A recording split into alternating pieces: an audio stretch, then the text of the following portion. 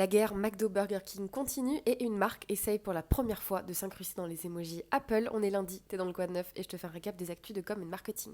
La campagne du jour, elle est signée Hitch qui continue de renforcer ces dernières années son positionnement de service VTC le moins cher d'Île-de-France. C'est une campagne hyper créative dans laquelle on voit des pigeons qui ne se font plus pigeonner et donc qui sont en pleine remise en question existentielle. Depuis que je prends des hitch, bah tu sais quoi, je me sens moins pigeon.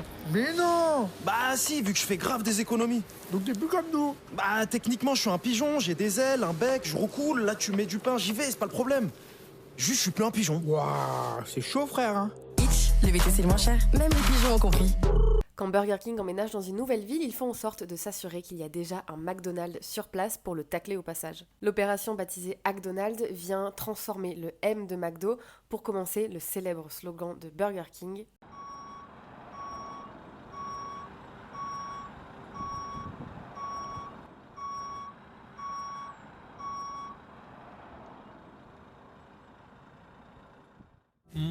Burger King.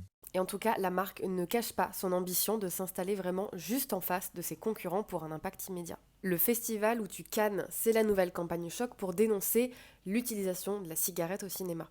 Affichage, détournement visuel et action sur Twitch, l'Alliance contre le tabac sort une nouvelle campagne en plein festival de Cannes. 90% des films français récents comportent au moins une scène de tabagisme. Certaines palmes d'or comme Anora présentent jusqu'à 14 minutes de présence de cigarettes à l'écran.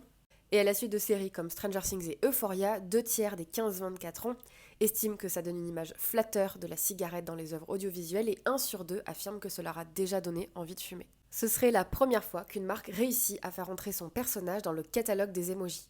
C'est donc la Vache qui rit qui a sorti une pétition et toute une campagne pour faire rentrer la vache qui rit à la place de l'emoji du chat qui rigole. Même le chat, connu pour sa mauvaise humeur, a eu le droit de pleurer et de rire dans nos textos.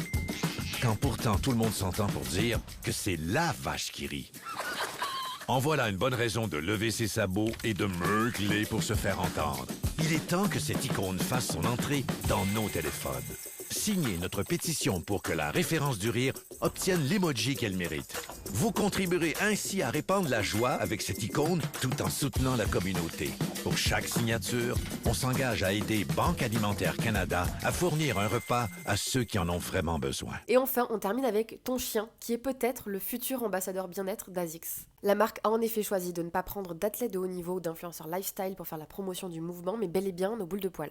Tu peux donc proposer ton chien sur la page dédiée du site ASICS et si ton toutou est sélectionné pour être ambassadeur, il recevra un kit personnalisé de goodies et sera mis en avant sur les réseaux sociaux.